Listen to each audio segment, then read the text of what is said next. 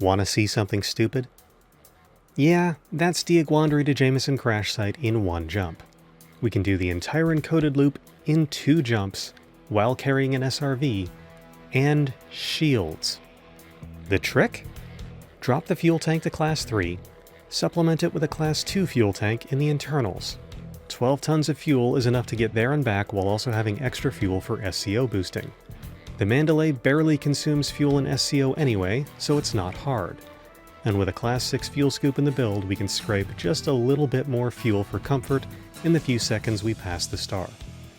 The Anaconda might have a better jump range maximum, but it consumes more fuel per jump, handles like a brick, and have you ever legitimately tried to land one of those on a planetary surface?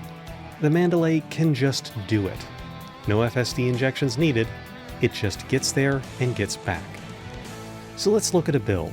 I'll put an EDSY link in the description. A 2A overcharged Grade 2 power plant, 4D thrusters, dirty tuned drag drives, engineering optional, this just saves time on takeoff and landing. Fully lightweight life support and sensors as you'd expect. 3D power distro, charge enhanced with cluster capacitors. Engine focused 1A would also work but boosts less often. Boosting is useful for escaping mass lock from Ray Gateway and planetary surfaces. You want it. You absolutely need a pre-engineered SCO FSD, and it must be modified with Mass Manager. Don't worry, Commanders, I've personally confirmed that you can still add experimental effects to those drives after the update. An E-rated shield booster, heavy-duty Grade 5, Super Cap. Optional, but nifty. Pair that with a 3D enhanced low power shield. Grade 3 is sufficient, but you can go to Grade 5 if you have the time. A Class 5 FSD booster and optionally a 6A fuel scoop. You can use a 6B for a cheaper build at almost no difference in scoop rate. A Class 2 G-rated planetary vehicle hangar fitted with a Scarab, although a Scorpion also works. A Class 3 fuel tank in the core internals and a Class 2 fuel tank in the optionals. Before you ask, a 16-ton fuel tank is too heavy to do this unless you dump the shields. That's up to you. Might as well lump in a Super Cruise assist and a docking computer for cutting down time in Super Cruise and catching up on your reading while docking. My build comes to 93.61 light-years in range with a total range of 252 light-years. The Covas starts to complain about low fuel on the zip back to station, but don't worry about it. Since we have a fuel scoop, we won't get stranded anyway. The extra shields on this build means you can afford to be a little rough on landing. Not that it matters much.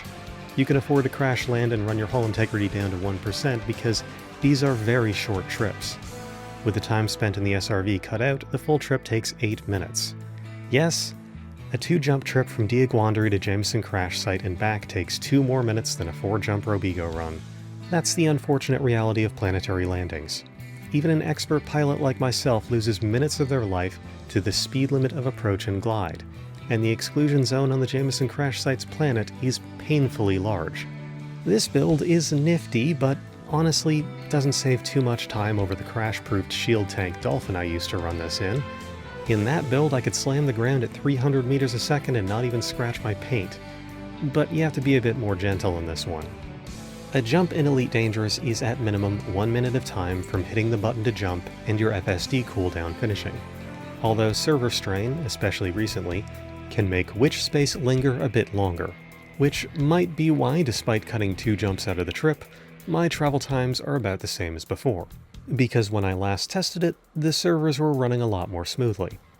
Should you bother with this build? Well, do you have a Titan drive component handy for your FSD? I did, but since they can't even be listed on fleet carriers anymore, you'd have to go out and fetch one for yourself. And that'll probably take more time than you'll ultimately save on the encoded loop by making this optimization.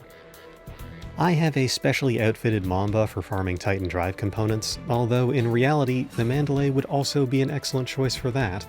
It's just that fast and maneuverable. There's an old trick to the encoded loop that I'm not sure works anymore, so I decided to test it, using the rebuy screen to return to Ray Gateway instantly. Well, I've always wanted to press this self-destruct button. Unfortunately, it takes 30 seconds, so that's already costing me time. 3, 2, 1.